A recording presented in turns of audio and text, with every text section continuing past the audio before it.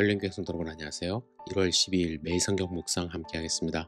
오늘 묵상할 말씀은 창세기 9장 1절에서 17절까지의 말씀입니다. 함께 읽겠습니다.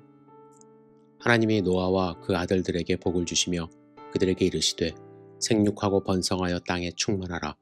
땅의 모든 짐승과 공중의 모든 새와 땅에 기는 모든 것과 바다의 모든 물고기가 너희를 두려워하며 너희를 무서워하리니 이것들은 너희의 손에 붙였음이니라.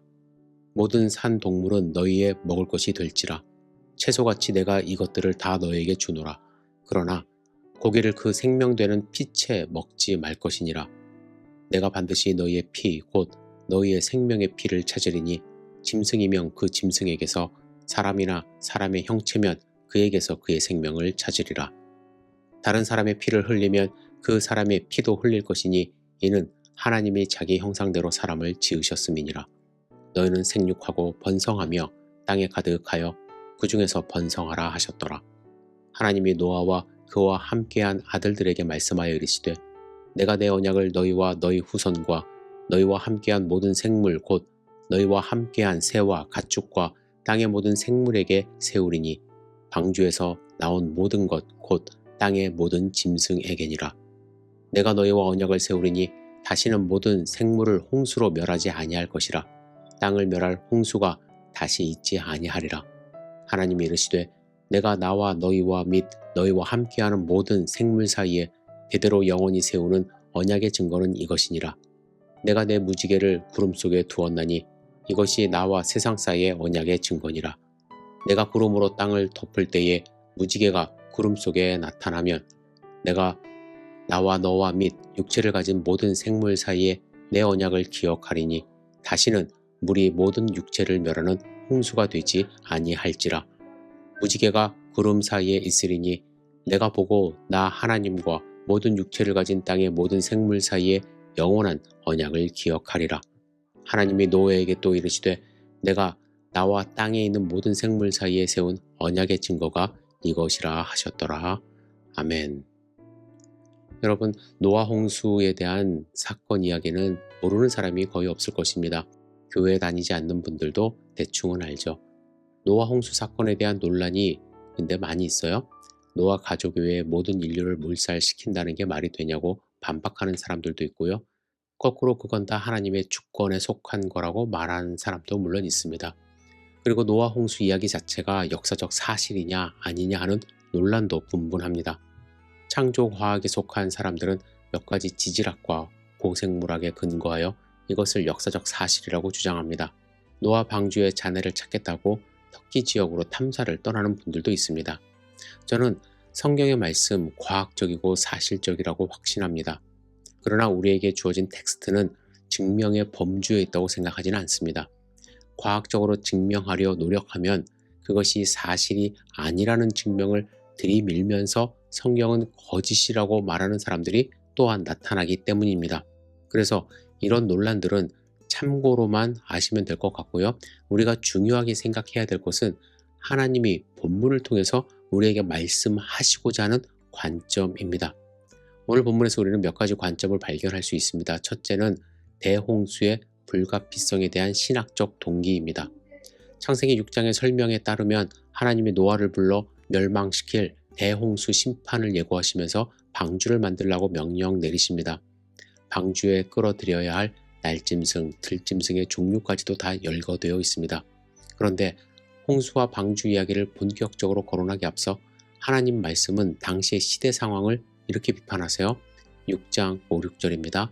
여호와께서 사람의 죄악이 세상에 가득함과 그의 마음으로 생각하는 모든 계획이 항상 악할 뿐임을 보시고 땅 위에 사람 지으셨음을 한탄하사 마음에 근심하시고 창세기 기자는 멸절당하는 것밖에는 다른 길이 없을 정도로 사람의 악이 극에 달했다고 말씀하고 있습니다. 그리고 하나님이 사람 지은 것을 후회했다는 발언은 창조 행위에 대한 부정으로 일종의 신성모독적인 발언으로 들리기도 합니다. 하지만 그렇게 표현하지 않으면 안 될 정도로 하나님이 인간의 악 앞에서 절망하고 계셨다는 뜻이 됩니다. 그리고 우리가 노아 홍수 이야기에서 주목해야 될 두 번째 관점은 대홍수로 인한 대참사 이후 하나님이 어떤 조치를 취하셨느냐 하는 것입니다. 그 내용은 오늘 본문 창세기 9장 8절에서 17절에 나오는데 하나님은 홍수로 세상을 멸하지 않겠다는 약속을 노아와 맺으십니다. 우리말 성경에는 하나님이 언약을 세운다라고 번역이 되어 있습니다. 오늘 본문의 언약, 즉 약속이라는 단어가 7번이나 반복되는데 특히 11절 말씀은 이렇습니다. 내가 너희와 언약을 세우리니 다시는 모든 생물을 홍수로 멸하지 아니할 것이라. 땅을 멸할 홍수가 다시 있지 아니하리라 하셨습니다. 이와 비슷한 문장이 본문에서 좀 지루할 정도로 반복돼요. 그리고 약속의 증거는 무지개였습니다. 13절에 내가 내 무지개를 구름 속에 두었나니 이것이 나와 세상 사이의 언약이 증거가 된다고 하셨습니다. 영롱한 빛을 내는 무지개를 사람이 만들어낼 수는 없습니다. 하나님의 초월적인 능력을 가리킵니다. 그리고 무지개는 히브리어로 전쟁 무기인 활을 의미하기도 한다고 합니다. 하나님의 약속이 사람의 손을 초월해 있는 무지개처럼 또한 권위를 상징하는 활처럼 확실하다는 뜻이 있습니다. 여러분, 하나님이 노아와 맺은 약속에는 특징이 있는데요. 하나님의 약속에는 계약의 조건이 나오지 않는다는 것입니다. 하나님이 아브라함이나 모세와 하신 약속들은 하나님의 말씀에 순종하고 계명에 충실해야 한다는 조건이 달려 있어요. 율법적인 성격이 강합니다. 그러나 노아와의 약속에는 그 어떤 조건도 요구하지 않으셨습니다. 이제 더 이상 대홍수로 인한 멸망은 없다고 일방적으로 약속을 하셨습니다. 이런 말이 좀 이상하게 들릴 것입니다.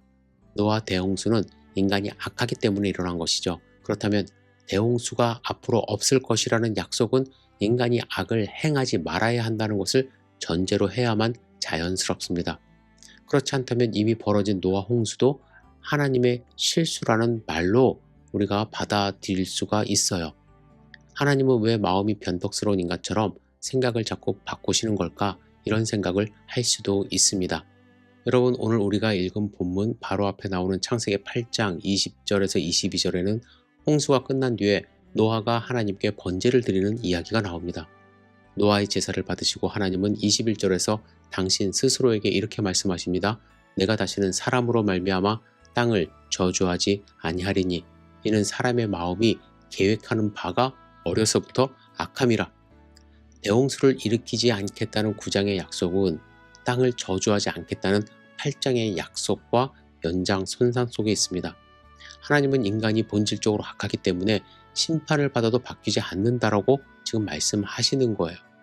그거는 교정될 수 없는 인간의 속성이자 본질이라는 것을 의미합니다.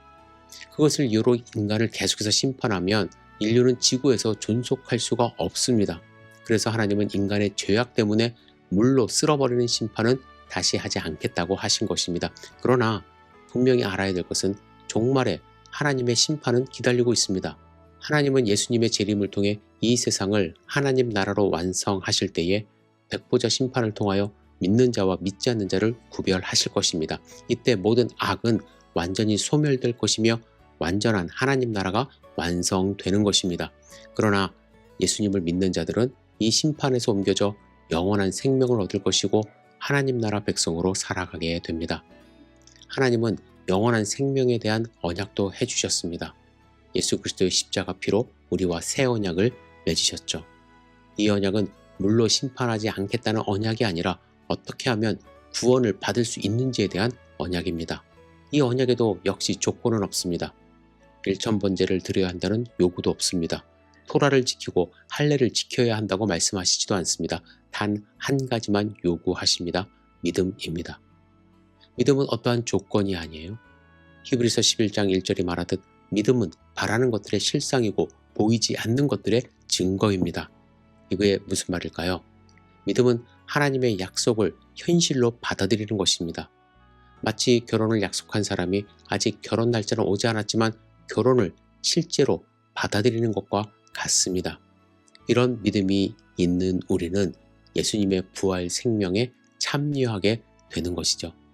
여러분, 오늘 본문을 다시 한번 읽으시면서요, 우리가 깨달아야 할 것이 있습니다. 우리와 언약하신 하나님은 끝까지 그 언약을 지킬 것이고 우리를 심판하고자 하는 언약이 아니라 우리를 기다리고 축복하는 약속의 언약의 하나님이라는 것입니다. 여러분, 그 믿음 갖고 계십니까? 그 믿음 가지고 끝까지 하나님을 의지하며 하나님과 동행하는 선택을 하시며 오늘도 승리하는 삶 사시기를 주님의 이름으로 축복합니다. 기도하겠습니다. 전능하신 주님, 하나님이 약속하신 그 언약의 말씀을 우리 마음 가운데 새길 수 있도록 인도하여 주시옵소서. 주님, 우리를 지금 당장이라도 멸할 수 있지만 예수님이 다시 재림하시는 그 순간까지 하나님 나라 확장을 위하여 우리를 세워주셨다는 그 사실을 믿고 의지하며 오늘도 하나님 나라를 위하여 성실하게 살아갈 수 있도록 인도하여 주시옵소서. 약속을 지키시는 언약의 하나님임을 오늘 믿고 하나님만 의지하는 삶 살 수 있도록 주여 인도하여 주시옵소서. 예수님의 이름으로 기도드렸사옵나이다. 아멘.